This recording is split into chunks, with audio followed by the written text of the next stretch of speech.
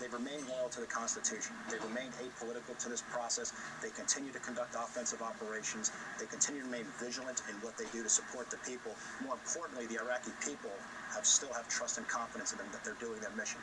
But there is still a government here, and there's still a structure here that has civilian control over the military. If there were a violent coup attempt, if there were a cataclysmic terrorist event here, obviously having 50,000 trained armed Americans here, even if it's not a combat mission, is something that the Iraqi government, such as it is, might turn to for assistance to try to defend anybody from a coup or to try to respond to some sort of terrorist event. How would the U.S. handle that request? I think the way we handle that right now is, first of all, our mission is stability operations. That's what we're here to do, to continue to train, advise, and assist the Iraqi security forces.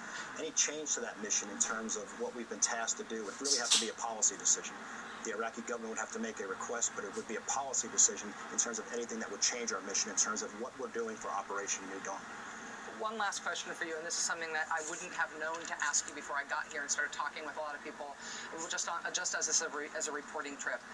The issue of Iraqis who have worked very directly with Americans, translators, fixers, people who have worked as contractors for U.S. security services here, but Iraqis who have done that have done it at such grave cost to their own safety and security. I've talked to people who have been kidnapped, people who have been burned out of their homes, who've had their families targeted.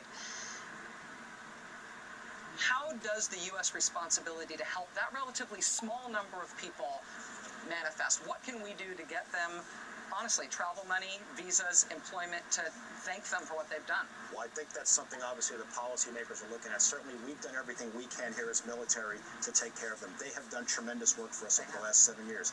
They have sacrificed tremendously. Their families have sacrificed. And I would say a large part of our success here is predicated on what they have been able to do for us and the risks they have taken to support us over this mission. You hear that, policymakers? Hear that? It's important. Major General Stephen Lanza, the spokesman for U.S. forces here in Iraq. Again, it's ODark 30, and it's a pleasure at any time to have this much of your time. This has been great, and thanks for coming out here with you and your show. It's been great. We appreciate it. Thanks, General. Thank you very much. Good luck to you. Thank you. Keith, we'll head back to you.